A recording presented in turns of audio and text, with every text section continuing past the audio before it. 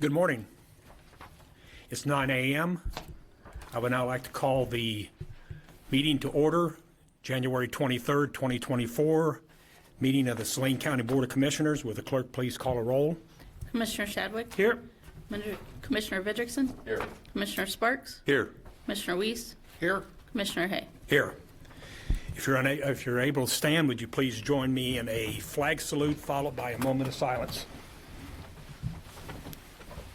I pledge allegiance to the flag of the United States of America and to the republic for which it stands, one nation, under God, indivisible, with liberty and justice for all.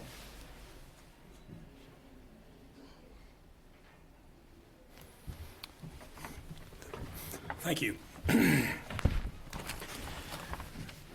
At this time, we'll move into our citizens forum input, a portion of the meeting where citizens can speak on government, usually limited to about 3 minutes, pertaining to items that will not be discussed on today's agenda. Are there any members of the public who wish to address the commission? Okay. Seeing none, at this time we'll move into the consent agenda, which will consist of approval of the tax roll adjustments, approval of accounts payable, approval of a public forum agenda, approval of payroll, appointment of Nancy Klostermeyer to this North Central Flint Hills Area Agency on Aging Board of Directors, appointment of Patrick Parker and Alex Driscoll to the Central Kansas Mental Health Center Governing Board, approval of the commission meetings for January 9th, 2024, approval of the commission meetings for January 16th, 2024, approval of the cereal malt license number 150255 to CW Ranch Limited, and a disposition of property. Is there anything that any of the commissioners would like to remove at this time? I move we approve. Second. We have a motion and a second to approve the consent agenda. All in favor say aye. Aye. Aye. All opposed, same sign. That passes 5-0. Okay, that brings us to the action items.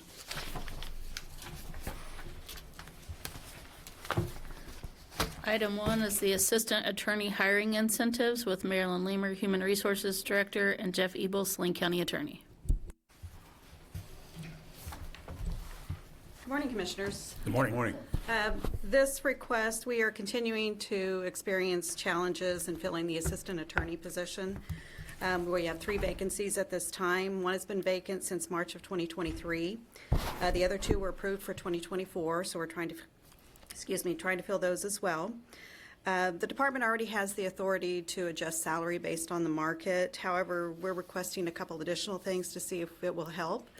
The first one is authorizing a hiring incentive of $10,000 with $5,000 to be paid upon the first paycheck and then $5,000 to be paid at 6 months of employment. If the employee leaves voluntarily during the first 12 months, they would repay that. And then if we find that this is not helping, we would like to engage in the services of a placement firm that specializes in placement of attorneys. That does have an estimated cost of about 25% of the first salary, or approximately $20,000 to $25,000. The request, the approval, or the actions would be either to approve the request as presented, do not approve it, direct staff to present a different option. Our request is to approve the request. If we find that the hiring incentive results in 3 successful hires, the total cost would be $30,000. If we need to engage in the services of a placement firm, the cost would be an additional $60,000 to $75,000 if all 3 positions were filled. The cost would be absorbed with the 2024 budget in the county attorney's office just due to the current vacancies. And I'll let Jeff go from there. No, she pretty much said it all. We're just short-staffed, have been. Looks like we're going to continue to be, unless we can get some measures in place to hopefully entice people to come. It's becoming very, very difficult. I could tell the commission, I got on-campus interview set for Washburn and KU Law School here February 5th and February 9th. And I could tell you that, and this has been set now in the books for a couple months, between both schools, I got one candidate set for an interview. I mean, that's how dire it is. I mean, one student from both law schools have signed up to do an on-campus interview. So it's getting pretty dire to try to find attorneys, not just here for our office, but statewide. And so to do that, we need to be competitive. And these are just things we can do that would keep it within the budget that was allotted to us for this coming year. The hiring incentives, again, pretty much by the time we get through the month of January, what we would have been paying the 3 attorneys that we could have on board would cover those incentives anyway, so it's not really costing the county anything additional. The only thing that would be additional would possibly be the hiring the replacement firm, but I mean, obviously that would try to be a last resort to go that route if we could.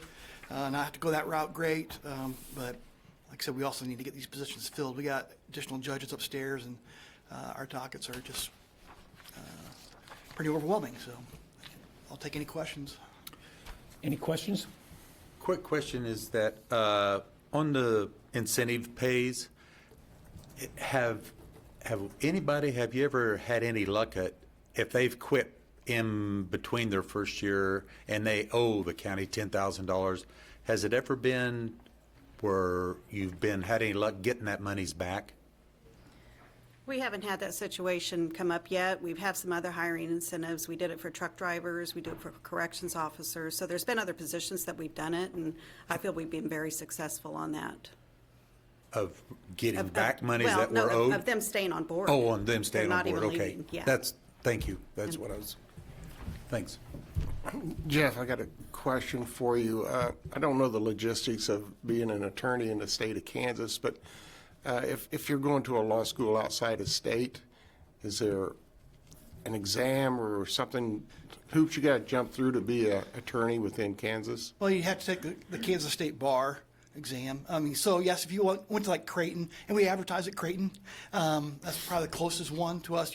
That UMKC up Kansas City, we advertise there too for our openings. But you can, graduate out of state, but you still have to take the Kansas Bar exam to practice here in the state of Kansas. They don't have any reciprocal? They do, but you have to. Well, for most states, you have to practice 5 years before you can have the reciprocity.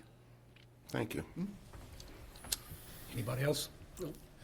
Jeff, I just got 2 questions. Is this the first time that you guys have used the incentive? Yes. Okay. So, and this incentive will go on for how long before you decide you need to step back and look at a outside firm? I mean, if we can't get any applicants, probably in the next month or 2. I mean, I think and we probably have to keep it out there, even to maybe entice some of the applicants, through the placement agency. Just hey, come to Saline County. They're willing to give you a $10,000 sign-on bonus. It might have to be some kind of incentive out there still to. So I'm anticipating we're going to keep the signing bonus probably through the course of the budget cycle. I'm assuming because I think we just need some kind of carrot out there to hopefully get some applicants. Okay. Would there be any backlash with new hires that you just have brought on? Sure. That's a good question. I talked to my staff about this. I was very candid with them, and they are 100% on board. I told them, I said, I understand how this would look and if I was in your position, how I would feel. But they assured me that they were content with this, that they wanted me to come and ask for these kind of things because it directly affects their work and their workload and their stress management and everything else too. I mean, just having the additional attorneys to help ease that a little bit, it's worth it to them. Have we checked with other counties? I'm sure that other counties are facing similar situations, the counties our size that have a considerable staff.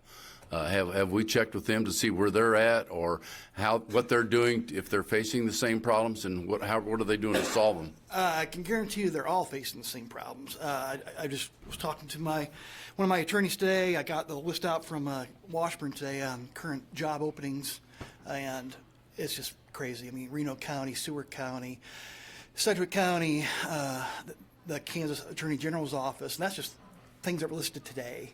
And so, I mean, it's a statewide epidemic, really, as far as attorneys. Okay, so what are they doing to solve the issue? Or do they have a plan? A lot of them. I can tell you right now that Barton County, Great Bend, their associate positions here within the last month or so got a substantial raise. They're now making over $100,000, and that's not like the county attorney. I mean, that's like their low people are now making that. And what I'm seeing is the counties that can make that salary, which is competitive, they're the ones getting the applicants. You know, the $67,000 we're offering starting off here ain't going to cut it. It's just not even going to get. It's not even going to get us an interview. And I'm finding that out right now. Where do we stand in the counties on pay level right now? As far As far as the rest of the counties, our level of pay that we, well, that's kind of a hard one to answer. As far as, I mean, it's better with the last pay raise we got through the Wichita State Survey. I mean, that helped. It sure did. Got us in a more competitive stance. But what we're finding is these candidates right now coming out of law school, they don't want to go into government work. I mean, they have to have the desire to either be a public defender or a prosecutor. Otherwise, why would you go work for a county making $80,000 a year when you can go work in the private sector making $120 starting off? And that's where it's going. And everywhere statewide, that's how it is. okay. Any more questions? Any comment from the public?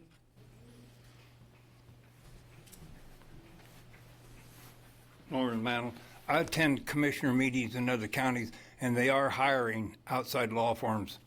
So they're going outside already. And like he said, it's all statewide. They're moving. They don't want to stay in one place one time. So I've been to other commissioner meetings, other counties, and they're going outside already. If I could, to his point, I was at a conference, Justice Wall of the Supreme Court basically made a comment to the fact where 80% of all attorneys in the state of Kansas practice in 3 counties. I mean, it's Sedgwick County, Johnson County, Sedgwick, Johnson, and Shawnee. And so, I mean, we're 80% of all attorneys, that's where they practice. So, I mean, the whole rest of the state, we're vying for the other 20%. So it is. Is it money or location? Because she Both. Okay, any more public comment? If not, I'll bring it back to the commission for action. Mr. Chair, I move that we approve RFA 2024-10 as presented. Second. Okay, we have a motion and a second to approve RFA 2024-10. All in favor, say aye. Aye. All opposed, same sign. Nay. That passes 4-1. Move on to the next item. Thank you. Item 2 is Rural Fire District Number 1 architect request with Justin Audi, Assistant Fire Chief. Good morning. Morning. In 2018, the district began our process of expanding and updating our stations to meet the needs of our growing fleet. The KIP station was the first station to be upgraded, and Beaverly Architect created the architectural designs for that station. Once the station was paid off, the district moved forward with the upgrade decision for the Carlton and Gibson stations. The Carlton station will follow a similar layout as the KIP station, while the Gibson station will get more bays and a training room. Our request is, District 1 is requesting approval to hire Beaverly Architect, sign a contract for the design of the Gibson and Carlton stations. Okay, any questions from the commission? Justin? Excuse me. Go ahead, Robert. This is a little off of what we're trying to accomplish here, but I have been confused by, for the entire period that I've been on the commission, as to why I think Assyria and Gypsum both have a city fire department and a rural fire department housed in the same small community. I realize you're representing the district, which is a big, so you've got it in the city, that's a big deal. The cities themselves that I just mentioned, I don't understand why they're funding a city fire department when, you know, the rural fire department is taking care of it. I just don't. So, I can speak for Gypsum. They're their own entity. And back in the day, their thought process was if the county's out fighting a fire wherever and something happens in the city of Gypsum, you know, who's gonna fight the fire in the city of Gypsum? You know, Are the firefighters that work at both entities the same, or? we have one guy out of our entire district that serves on both. city So, and- and the city then has their own staff, their own crew? Pretty much. I mean, if there is a fire in the city of Gypsum, we're still the outstanding number that shows up, but that's what That's they my wanna- point. That's what they want to do, so maybe someday they'll dissolve, but I don't know.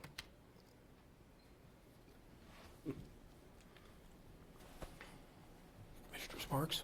Well, to follow up on Commissioner Vidrickson's question, I know that there's some politics involved with fire departments and some logistics, but is there any, if the cities of Gypsum or Kip or them, Gypsum's the only one with a city fire department, Correct.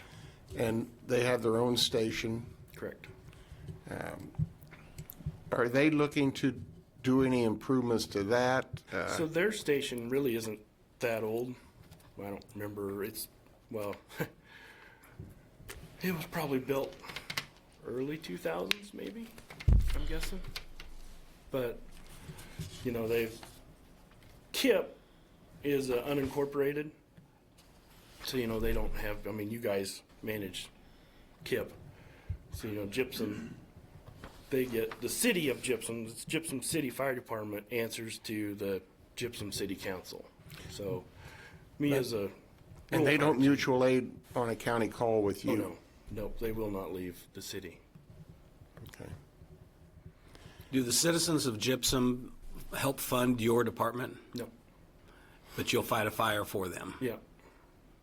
So the trade-off with that has always been they have a first responder in the city, and he'll come out and help us with first responder calls. And the trade-off for that is we'll help them with first responder calls and fight fires. That was kind of always a gentleman agreement. Okay. Quick question. I know just a few years ago, it seems like this was all in front of us, and where we had purchased a building or something in Gypsum from a person, and was all the surveying at that time done? I believe so. I know that, gosh, I might be wrong, but I know that we, you know, found all the pin markers and everything, but as far as, I'm pretty sure they done all the surveying, but I'm not 100% on that. And do you know, has that been all resolved about the purchasing or elimination of any problems with that one building that sits on that Yeah. property? Yep, That's all been resolved? The and district got it bought and it's tore down, so the actual site is ready to move forward? move forward. Okay. And Carlton, any issues over there in that? Nope. So we do have all the ground bought over there. There's one small building that we need to tear down, but that's just waiting on a phone call. And just quickly, on either one of these sites in Gypsum or Carlton, is there anything, do we need to, or is this down the road, that we have to do drilling to see if there's any contamination of the ground underneath these properties? I guess I don't know, and Okay. I don't think so, but because, you know, KIP, we had that problem, but I don't think there's ever been an issue like that Okay. in either of these two spots. Okay. Okay, I want to make sure I get this straight then. You said that you guys will respond to a fire in Gypsum, but they will not respond to a fire outside of Gypsum. But when you respond to that fire in Gypsum, you've got more people there than they do when you respond to a fire in Gypsum. Normally, but we are considerably bigger. I mean, you're talking, they have maybe 10 people in their department and we have 30. So, I mean, our presence is definitely going to be. Well, yeah, I see that, but I mean, that offset just don't make sense. I mean, it's, In today's world, we maybe respond to one maybe 2 fires in the city of Gypsum a year, to where, like I said, we trade off with the first responder. They maybe leave the city with that first responder truck. I think last year I had over 40 med calls, 40 to 50 med calls. So, I mean, they're actually coming to help us more than we're going in there for them. Okay. Justin, to follow up on that first responder, I have word that there's a retirement coming in Gypsum in their first responder program. Do they have boots on the ground to fill that spot? So there is currently now still one City of Gypsum first responder. He works at Frisbee's. There are a couple individuals that work for Saline Fire that live in the City of Gypsum. I'm working on them to maybe take over that spot, but I can't answer that right now. Any more questions? Any questions from the public?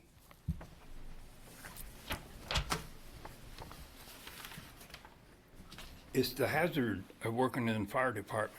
These chemicals, these batteries that are burning up in these cars, fire department, they don't want to go to them.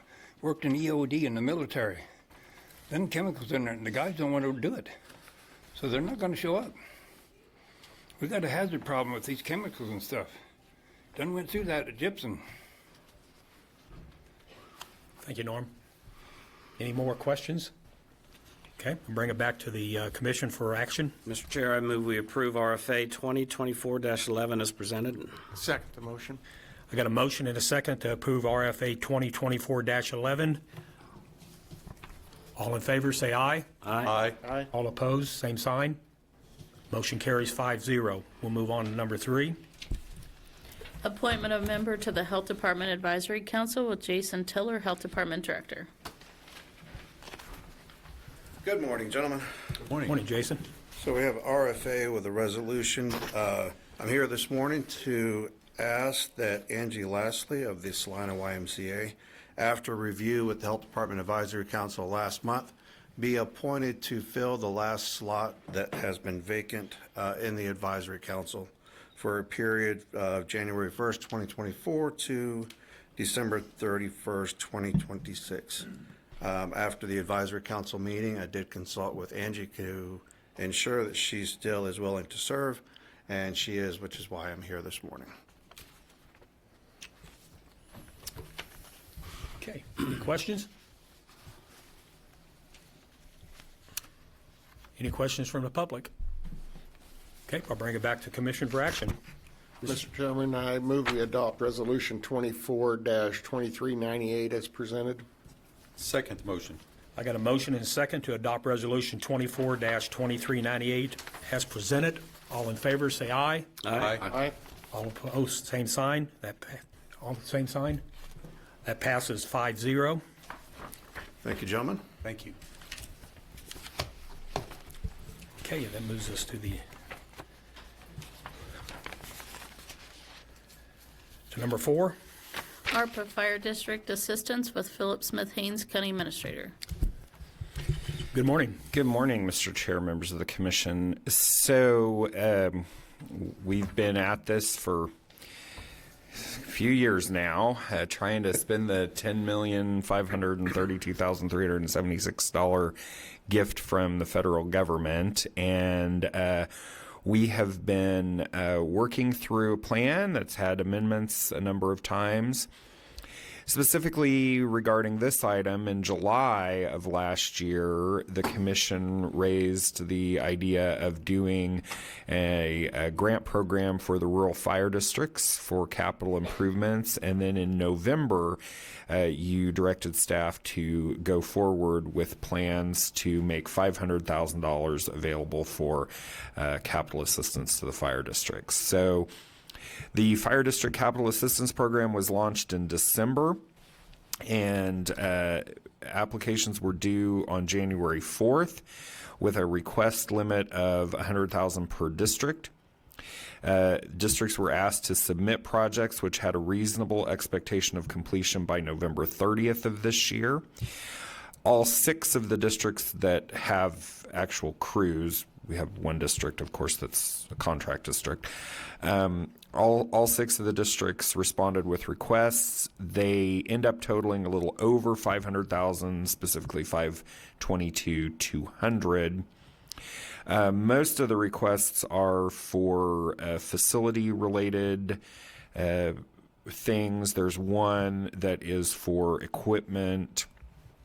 Because the total request exceeds the funding set aside, staff recommends awarding $95,000 each to 4 of the districts, $62,000 to District 7 because they had requested some sewer stuff that really feel is kind of routine maintenance, and then $58,000 to District 5. That would get us down to that $500,000 that we have earmarked for this program. Staff further recommends that these awards be contingent upon each district complying with 3 additional conditions. 1, that funds will not be considered obligated until contracts for equipment or services are signed by your board. Second, that a further more detailed budget and scope of work will be submitted for each project. There just simply wasn't a lot of time in this application process to have them nail down every detail. So we want to make sure that we have that. And third, that each district will need to certify a plan for coming up with any remaining funds to complete their projects. So that is the recommendation. Alternative would be to make awards in the full amount requested by each district, contingent with those same 3 conditions, and direct staff to reduce another planned ARPA project or projects in order to come up with that $22,200. 3, to make awards in other amounts as you would determine, or 4, to not make the awards. Staff recommendation, as I said, is to make awards of $95,000 each to Districts 1, 2, 3, and 6, $62,000 to District 7, and $58,000 to District 5, contingent upon those 3 conditions I mentioned.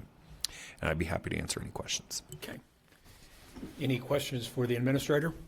Are you suggesting then, if I'm reading this right, alternative 3 is? Staff's recommendation is alternative 1. Oh, it's alternative 1. I'm sorry, I didn't see the numbers correctly. Thank you.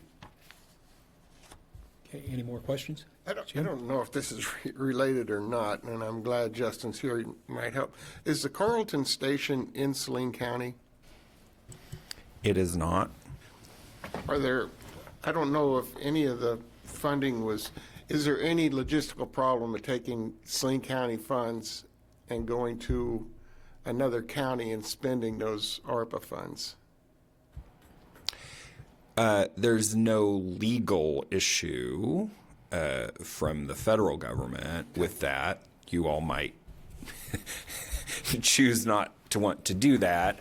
But of course, we have 4 of the districts that have that lap over into other counties and provide service and also collect taxes from taxpayers in those. I understand. That's the only physical structure that's outside of Saline County.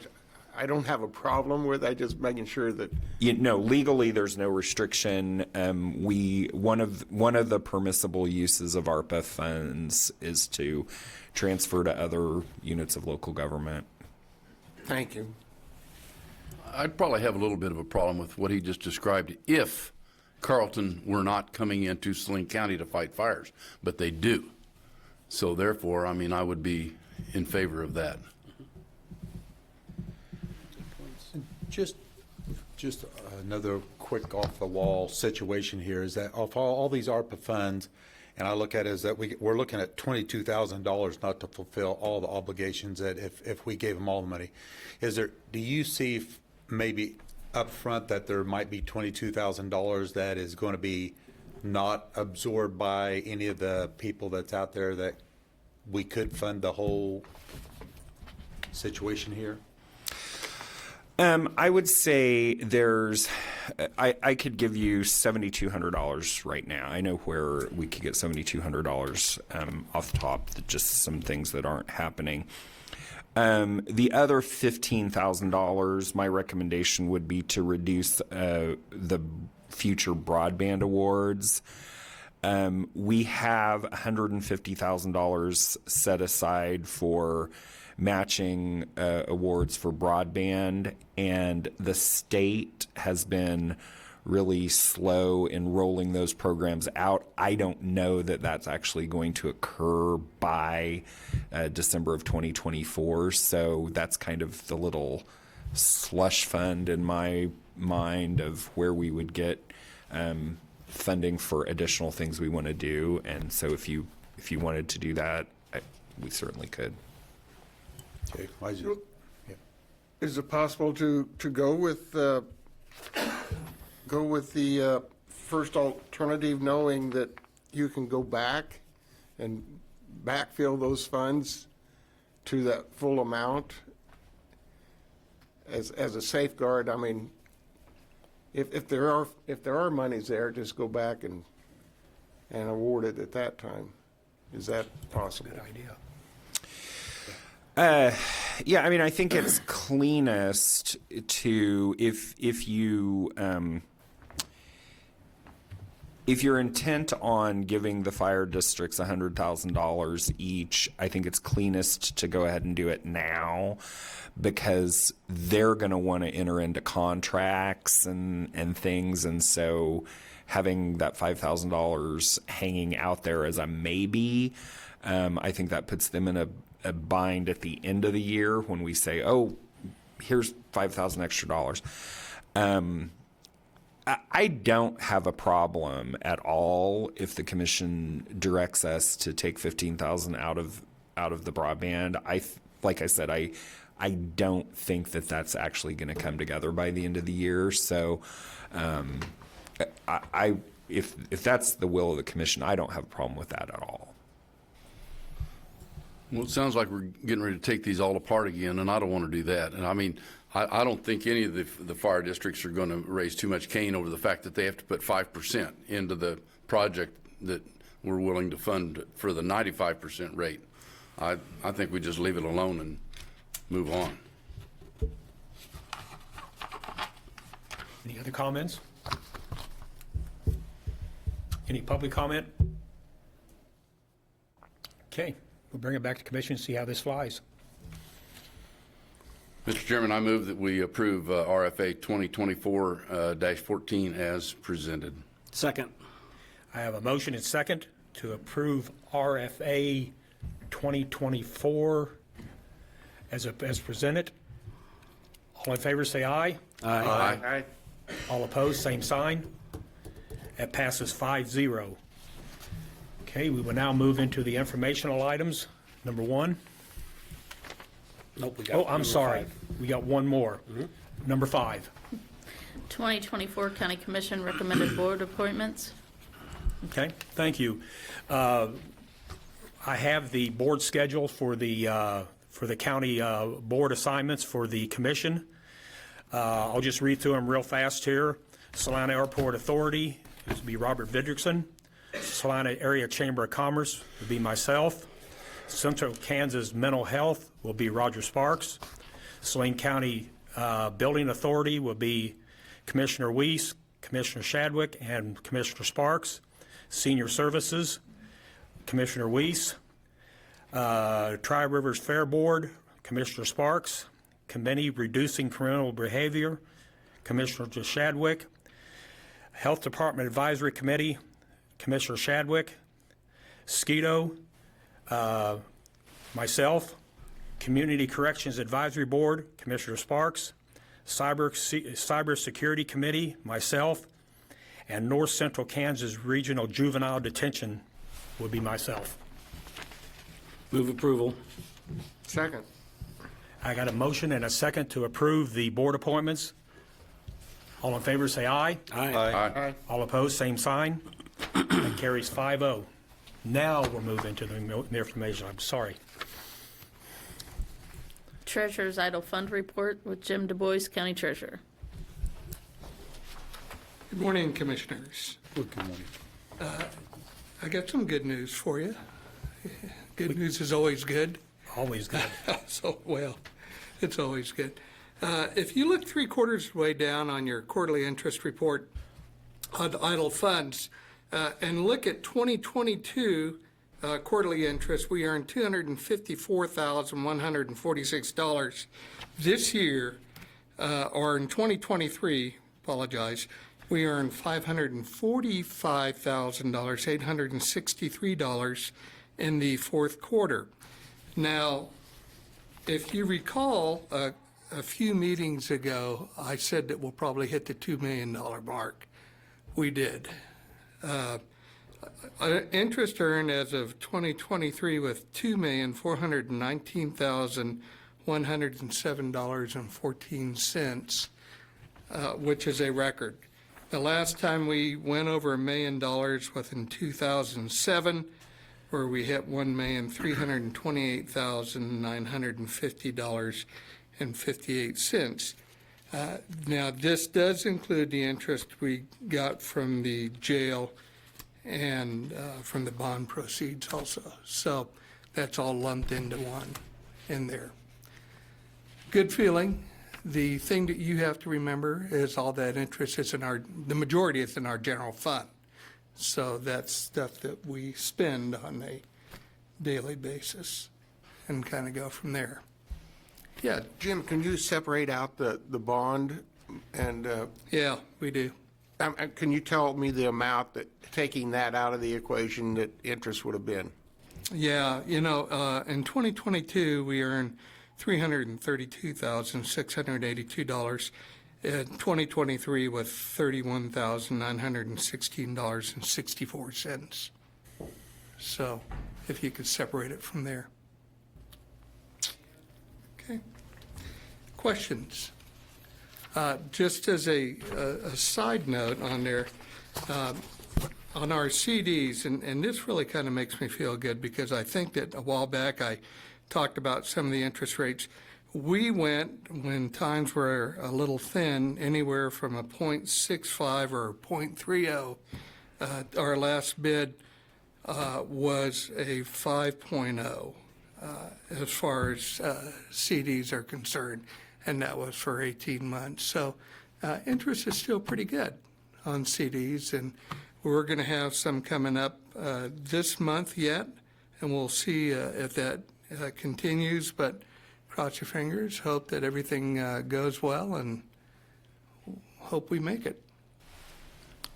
Jim, the interest earned in 2022 also reflected some jail interest. Yeah, is that correct? Yeah, that is. So when we come back here in 12 months and discuss this same thing, that's probably the number for 2024 is going to be down significantly. Could be. Well, not significant. We didn't earn a whole lot of interest, but it will be down. Yeah, we tend to spend quite a bit, of course, on the jail project.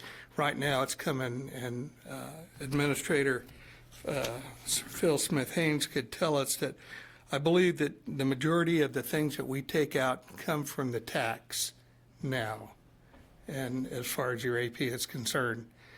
And we have roughly, I'm glad that you asked this, in the jail bond construction, $833,000, and in tax we got about $3.4 million, roughly. So I guess that's where I get lost in all that translation. So we're still paying or receiving funds from the sales tax. Yes. But that's already allocated, so it really shouldn't go into the fund. Is that, am I? Interest does. Interest would go. Yeah.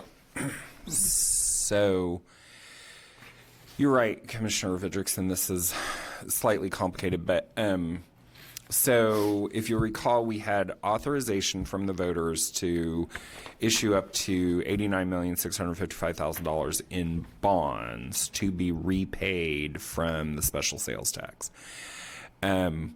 We issued the first series of bonds in the summer of 2021. They yielded $81,014,000. So we still had $8.5 million in authorization. The plan was to come back in 2023 and issue a second series of bonds. Because interest rates have gone up, which is a good thing on Jim's side, but a bad thing when you're trying to make a bond payment. We elected not to issue that second series of bonds. So instead, in May of 2023, your commission had a special budget hearing, and you went back and amended the 2023 budget to capture some more of the jail sales tax proceeds and actually spend those. So there's about $8.5 million in sales tax that we spent in lieu of authorizing a second set of bonds. So that's what Jim was referring to. That most recent payment for the jail project was about $3,415,000. That's paid out of sales tax. There's still about $833,000 left in the bond itself. We have a couple retention payments and a few outstanding furniture items that we'll pay out of that to zero that out.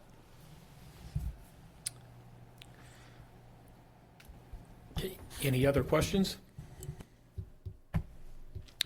Thank you, James. Okay, thank you, Commissioners. Okay, we'll move on to information item number 2.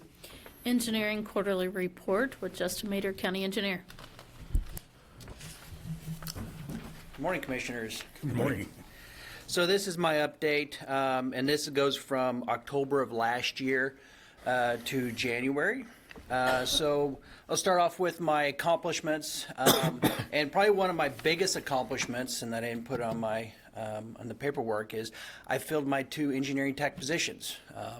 Just like all the departments, having full staff is a big deal, and so we hired 2 great individuals to fill our tech position. So I'm pretty excited about that. So now I'll jump into our projects for accomplishments. Up on the screen there, we've got our 2023 proposed road and bridge program. And so I'll start off with our reinforced concrete box projects. And we constructed and completed projects on Burma Road, Don Meyer, Centennial Road, and Forsey Road. And so we've got two projects left, and I'll hit on those a little bit later. On our pipelining projects from last year, we lined, it was a concrete lining on a pipe on Matson Road, and then we completed one on Farley Road. We got another one on Farley Road that's just a stone's throw away. Hopefully when the weather allows, I'll be back and finish that project up. For our 2023 asphalt maintenance projects, so that's our asphalt overlay, chip seal, crack seal, and shouldering. We did complete our entire program. With respect to a little bit of crack sealing, we have to finish that up once again the weather allows, but we completed about $2.5 million worth of work last year. For our 2024 material bids that we bid out every year, our aggregate and aggregate hauling, that's been bid out, and the awards have been, or the bids have been accepted, and they're starting to haul that rock now. For our culvert pipe, we put out a bid each year, and we're going to open those bids in February 1st. And then our traffic paint beads, we've got a bid opening on February 6th for those. Moving on into the coming up for this year, we still have, like I mentioned earlier, a couple projects, 2 sites on Watkins Road for our reinforced concrete boxes from the contract that we awarded last year, and those are in construction right now. But with when the snow hit, everything kind of come to a halt. So hopefully with the weather warming up, that'll pick back up again, and we can get those finished. And then with our pipelining contract that we awarded last year, so there was 19 sites on that contract. So I mentioned we finished the one on Matson and Farley Road, and so we've got a couple other concrete linings that we have to finish up, and hopefully they'll come here this late winter and get that finished up. And then the remaining are the PVC liners, and those are going to hopefully start up in early spring. So now I'll move to our 2024 contractual project. So if you could put that other map up. And you should have these maps in your packet as well. Excuse me for just a Yes. quick question while we're on that 23 deal. Sure. Those other lining projects and stuff like that that's on this 23 map and that was awarded in 23, is that those projects already out of the 23 budget? So Or those are coming funds out of will our just- 125 account. So, that's not a part of our budget. So we can carry those over easy enough into next year. Okay. Yeah, and we allowed in the contract for those sites to be carried over into the next year because those lining projects are good. It's good winter work. Gotcha. And so we were expecting this to be carried over, and this next round will probably be built this next winter with carryover into 2025. Thank you. So. So on the map there, you should have on the black line is our hot mix overlays. We're looking at doing Halstead Road from K140 to Pleasant Hill Road, and then a little bit of work on State Street from K140 over to Halstead. But that side on Halstead Road is we're going to do some work at the railroad tracks there at the elevator. It's really, really rough.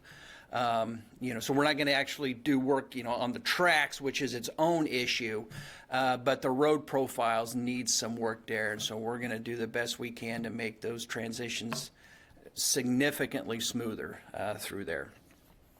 The blue lines is our chip seal, and this is about a pretty typical year. We usually do anywhere from 38 to 45 miles of road for a chip seal. I was really happy with our chip seal that we got in 2023, and so we're going to do our best to duplicate that. Crack seal, there's the red lines on the map. We just have a few lines on there, and they're once we go out for a bid, there's going to be significantly more on there. But once all the roads are kind of cleared off, we're going to do another evaluation on which roads we'll do our crack seal. But typically we bid at around 30,000 pounds for that. Aggregate shouldering, there's the green lines. There's nothing on the map. Excuse me. We usually identify those roads in the fall, what roads we're going to shoulder, because that'll be a next year early winter project.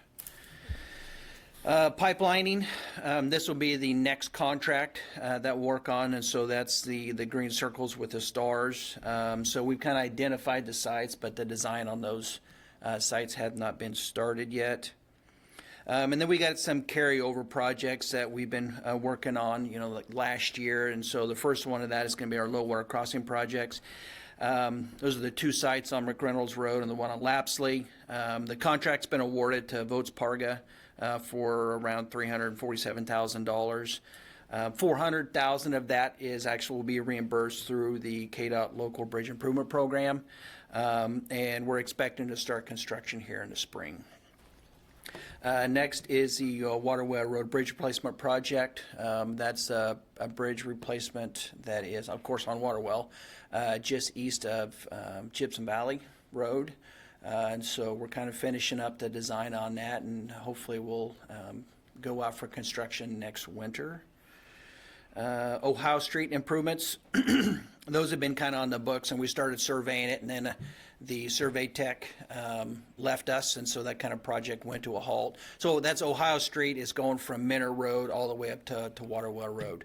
And so now that we've got our techs filled, we'll probably continue surveying that.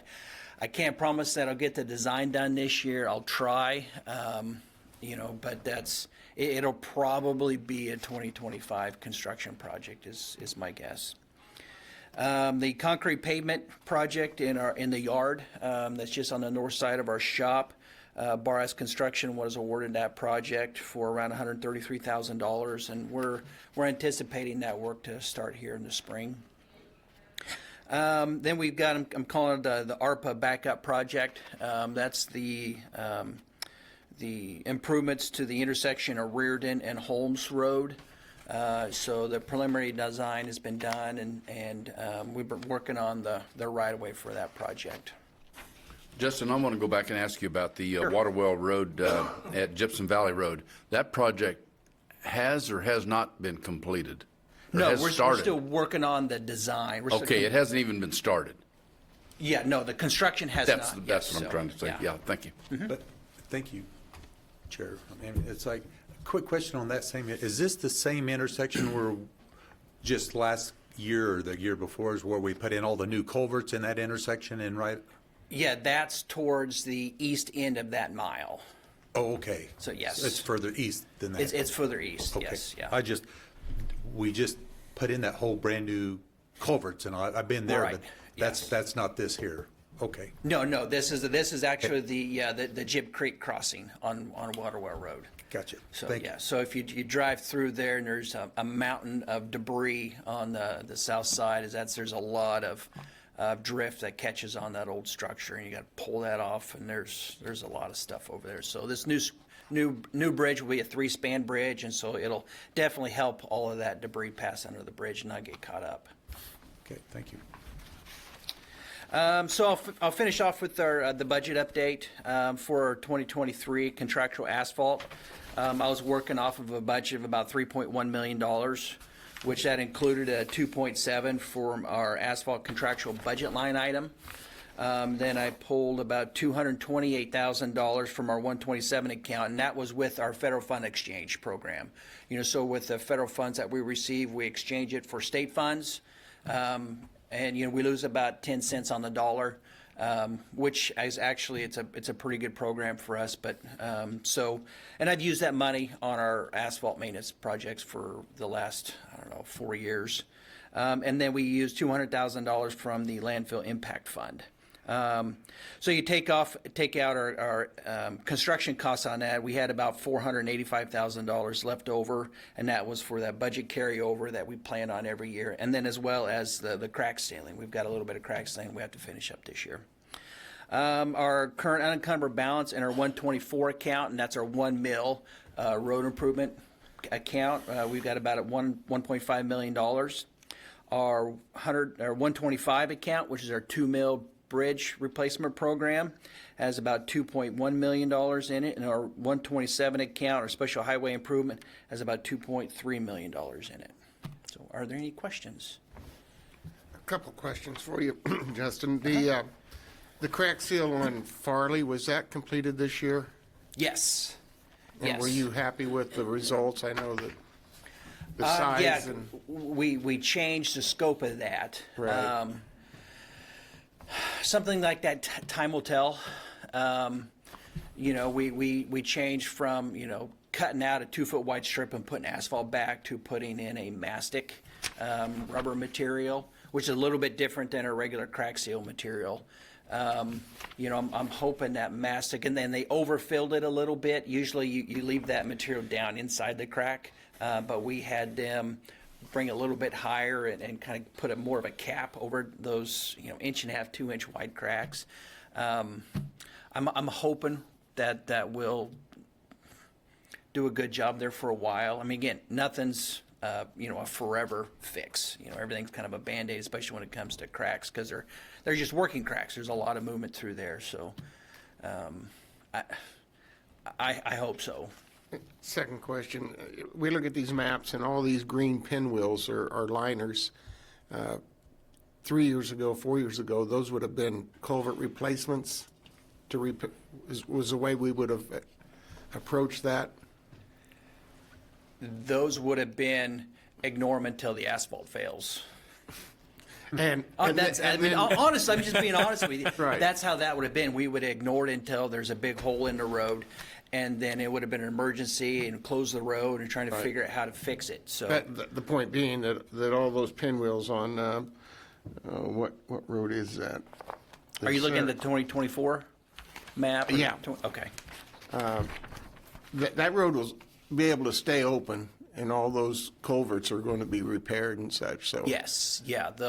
What'll happen is they'll have a lane closure during the day. So traffic can still get around, the project area, but they'll have a lane closure, and then at night, it'll be opened up. So, but the asphalt pavement shouldn't be touched. I've been very happy with this program, and so I think it's been a good thing that we've incorporated. Thank you, Justin. These half oil tankers, railroad cars that we've put in throughout the county. How many of those do we have out in the county right now in service, or approximately? Seven or eight. I was going to say half a dozen, but Yeah, and we've got one sitting in the yard, kind of our And- if something happens, it's ready. and every one of those reflects a savings of approximately how much, depending on the size of the culvert that would have been in there. I assume has a Yeah, usually those, were where we would be putting in a span structure, a small span structure. We're probably looking at, because I think we get those for around 15,000.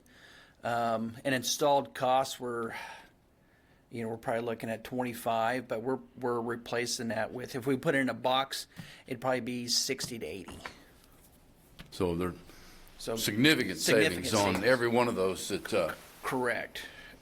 And those aren't good structures for everywhere. I get it. There's some issues with the wings and some erosion that can happen, around the ends of those structures. But on low volume roads, they're fantastic. Regardless, it's where we are able to use them, they're significant savings to the county. Yes, yes. Okay, any more questions for Justin? Good report as always. Thank you, sir. Thank you. Okay, we'll move on to the quarterly budget update, 2024-12, with Philip Smith Haynes. I'm sorry, I took your... That's all right. Thunder. Well, speaking of taking someone's thunder, I need to stop scheduling these on days that Jim has his idle funds report, because he steals all my thunder. It is good news as of the end of 2023, particularly with respect to interest income in the general fund, but also with respect to sales tax income. We once again had a record year for sales tax. It was only slightly up, just about $50,000 higher than 2022, but it was still up and set another record. So overall, the general fund revenues came in 115% of what we had expected, which is obviously not only above budget, but also above what we did the prior year. So that's good news. Expenditures came in below budgeted amounts, also good news. Same sort of story for road and bridge and employee benefits funds. Revenues for the funds that depend purely on the property tax, which includes special road, special bridge, noxious weed, those came in a little bit lower in terms of the revenue side, but they also had expenditures that were very low. The health department, we talked about in previous quarterly updates, their expenditures were great, but their revenues were great, but their expenditures were also above budget. So we need to wait and see what the auditor tells us. Typically, he's able to attribute some of those expenditures to specific grants and not give us a budget violation for those. So we certainly hope that's the case again this year. But fund balances as of the end of the year are looking good. Of course, we won't have exact totals until after the audit is done. But overall, 2023 was yet again a good budget year. Fantastic. Any questions? Yeah, you said something was brought up a little bit ago, and it just made me think when we talked about the new jail, and you was talking about we took those funds out of the tax and paid off that instead of getting the new deal. With the new jail and the county taking ownership of that now, is there any expenditures that you see or that you know of that have come down the road that are needing to be taken care of after the fact? I mean, after we've paid the county back those funds and stuff. I mean, is there expenditures that we need to be looking at? Yeah, I mean, certainly. I think as we go into development of the 2025 budget, we're going to have to adjust utility costs and other sorts of things. We didn't have, any real way of knowing what those things were going to be until we opened the jail. Water usage in particular at that facility has been, I think, higher than we anticipated, mainly because of trying to get the lawn established. So hopefully that smooths out a little bit as we head into this summer. But yeah, I think we will definitely need to adjust the sheriff's budget. And then, of course, we've already talked about a little bit about the utilities for the old jail and all of that. And we've got a plan to use some ARPA funding to sort of bridge that gap. And then we'll see what 2025 brings there. Hoping maybe we will get some rental income to partially offset some of those things, but we'll see. Okay, thank you. Anybody else? Thank you. We'll move on to number 4. County Administrator update with Philip Smith Haynes, County Administrator. So there are 3 things that I just wanted to provide a brief update on. One is legislative update. So the big news from Topeka last week was the passage of a tax conference committee report, which is essentially the Republican tax plan, basically, which went to the governor, and it includes a flat income tax, sort of the signature piece of that piece of legislation. It includes a whole other group of things on which the governor and the legislature are in agreement, things that the governor would really like to see, like early elimination of the food sales tax and elimination of some taxes on Social Security income, future adjustments. But the governor is not a fan of the flat income tax percentage, and so she has threatened, promised, I don't know what you would say, to veto any piece of legislation that includes that particular proposal, which this does. So there was a lot of vote counting because it did not pass in either house with enough votes to override a gubernatorial veto. She is probably going to get the bill has to be what's called enrolled before it goes to her for signature or veto. As of Friday, they thought that would happen probably today, that she would actually get it, and then that starts a 10-day clock for her to make a decision on what she wants to do with that. So this is sort of, I guess, the beginning of the fight as far as taxes go in Topeka this year, but that kind of consumed all the air in the room last week. So there wasn't a lot of other things going on that are of particular note for counties.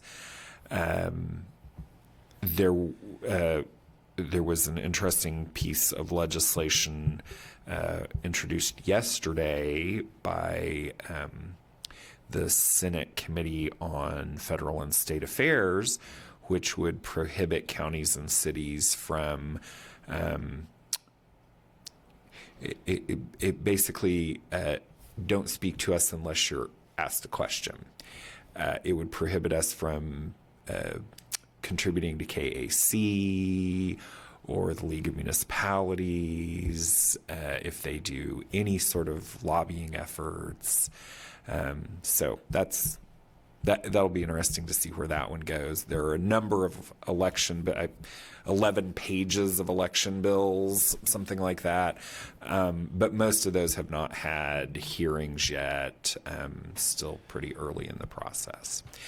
So with that having been said, the next thing on my list was to talk about opportunities to go and talk to our legislators. So tomorrow is Local Government Day.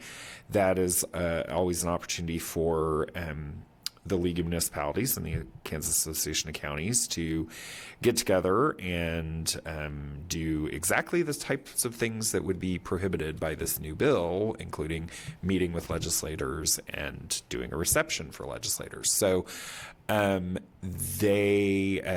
is tomorrow in Topeka, and I do plan to attend that one.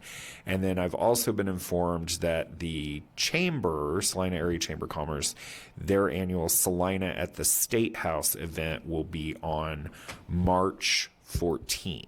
So making plans to attend that, and sometimes members of your body want to go along on those. Those are two upcoming opportunities. And then the last thing that I wanted to just remind folks is that there will not be a commission meeting next Tuesday. Next Tuesday is one of the 4 Tuesdays this year that there's not a scheduled meeting. And so we will instead be having a meeting. Commissioner Shadwick and I will be meeting with folks in the community to talk about housing.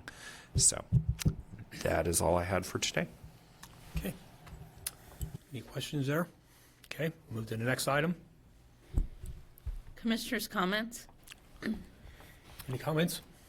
I'd like to say that last week at the airport meeting conference that it was announced that SkyWest has approved the $900,000 thing that came forward. That plan is going to be put into effect. I'm sorry I don't have some of the details. Just as they were going into that, I had to leave for a doctor's appointment, and I will try to get the gist of all of that for next time. I will tell you that what this has, the big deal was, right now there are 200, with things the way they are, out of Salina, there is a possibility of 290 connections when you reach Chicago or Denver. The new plan that SkyWest has already announced has like 425 connections that are available. So it added over 100 connections that are going to be available. So it's pretty exciting, and I apologize for not having the other details of this, but I did have to leave the meeting. So. I'd like to mention that Friday I attended the Department of Senior Services committee meeting, and Rosie is on our schedule for our next meeting, so I'm not going to steal her thunder. I'll let her share that with us, and we can get it from her. Okay, I just got one thing I want to bring up, and so I can make it clear to the public. We've had a situation here last week with a water problem out at Sundowner West. I got quite a few phone calls and quite a few emails wanting to know what the county was going to do to resolve this issue. And so I wanted to make it kind of clear where the county stands on this. The water issue that they are talking about is not on a rural water system. It is on a private well. And so the county's hands are kind of tied, not being able to do anything since that well is owned by an individual. They're still having some problems. I've been in contact with KDHE, and they're keeping me informed. Representative Susan Kincannon is aware of the problem and is working on some issues and some things for that. This affects about 230 households out there that are receiving either no water or water that is not able to be used for drinking, or water to be used for bathing or washing your dishes or your clothes. So KDHE was there yesterday doing some water testing and getting some stuff done there. Some of the efforts that I will give kudos to the county is Michelle with the emergency management, with Hannah. They all got together and made arrangements to get bottled water and food sent out to Sundowner West. Also, the Granny Brigade, they got together and got a water drive started and have given quite a few bottles of water. I just want the public to know that, we're not turning a blind eye to this. We're keeping real close contact and really, seeing what the process is. And if they've got some problems that we can help with in any way, we will do our best to do what we can do. But I just wanted to make it clear that the problem with the water is not anything to do with the county itself. I would like to note, though, that we have tried to help him in the past. He was offered a $50,000 grant, not a loan, a grant from ARPA funds that was not accepted. So we have done something to try to help him in the past. I do believe that $50,000 would have done enough, probably upgrade, maybe pass this by and we wouldn't have to worry about it. But that's where we stand right now, so thank you. Yep. Any other comments? Okay, move on to the next. Announcements.